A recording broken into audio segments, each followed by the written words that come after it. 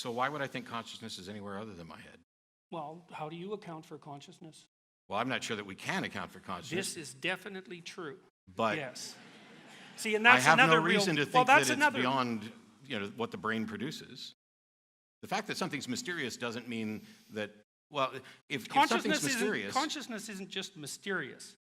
It's like really mysterious. It's the most mysterious thing. Okay, well, right? It's not like ordinary mysterious. The fact that something is really mysterious to the point where I think you and I would agree that we don't have an explanation for it.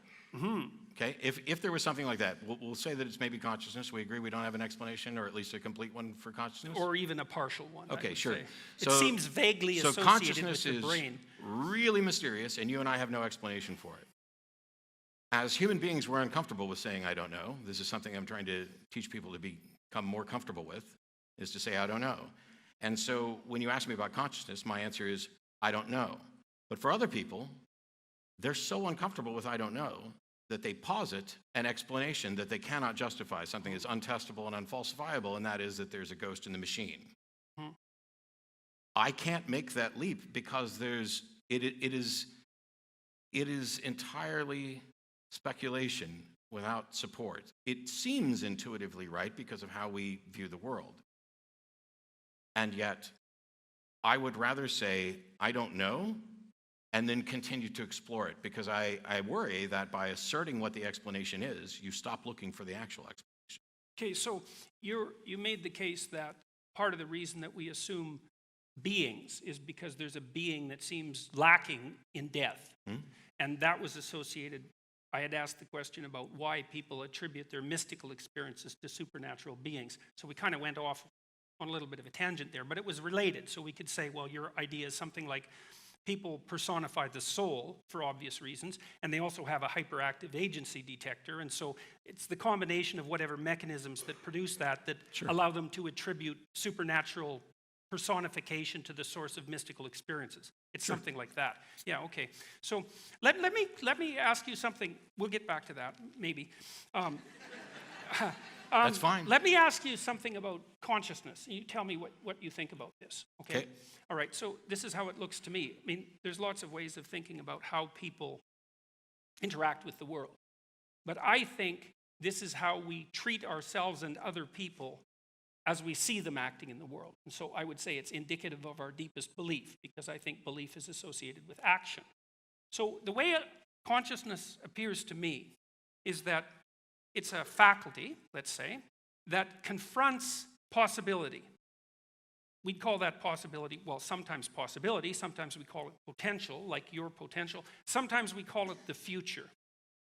So I don't see us as driven deterministically like clocks, which is apparently, I think, although I've been accused of misunderstanding Sam Harris before, but I think that's the argument that he makes. I see us instead as agents confronting a landscape of possibility. And that what consciousness does is enable us to shape that possibility into actuality. And we do that with whatever it is that allows us to make decisions. I think that our legal system is basically predicated on the idea that that's true. I think that if you treat yourself that way, that works. I think if you treat other people as if that's their basic characteristic and perhaps their value, that you get along with them. And I think that if you organize your society on that presupposition, it appears to be functional. So what do you think about the idea of consciousness as confronting a landscape of possibility or potential? Is there something? So I don't know that I have that much of an issue with anything in particular that you've said.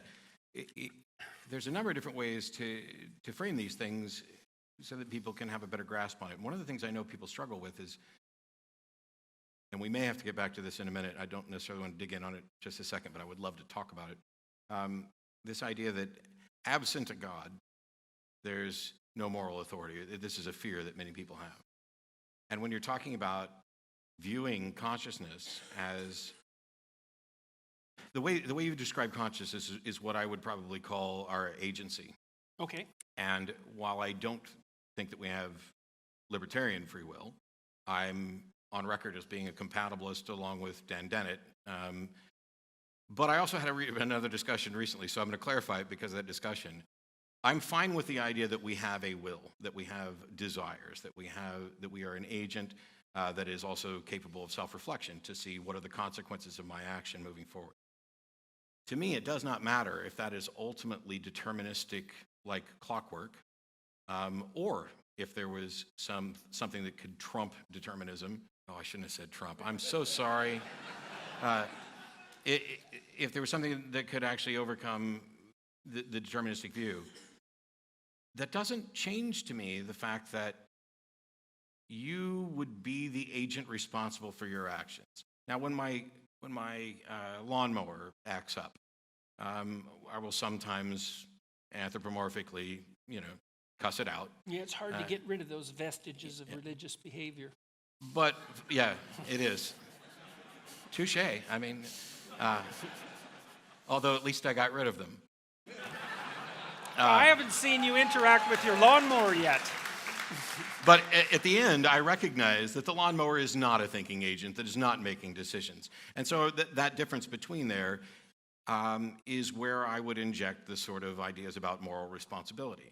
Sam Harris and I had an argument in Chicago about free will, and I was pointing out that he could walk over and step off the end of the stage, or I could pick him up and carry him and drop him off the stage, and at the end, the effect would essentially be the same. But the conflict between those two is everything that I describe as will, whether you want to call it free or not. I think that's what we value. That's what we care about. I would be responsible for that action. I would be acting in opposition to what the other agent wanted.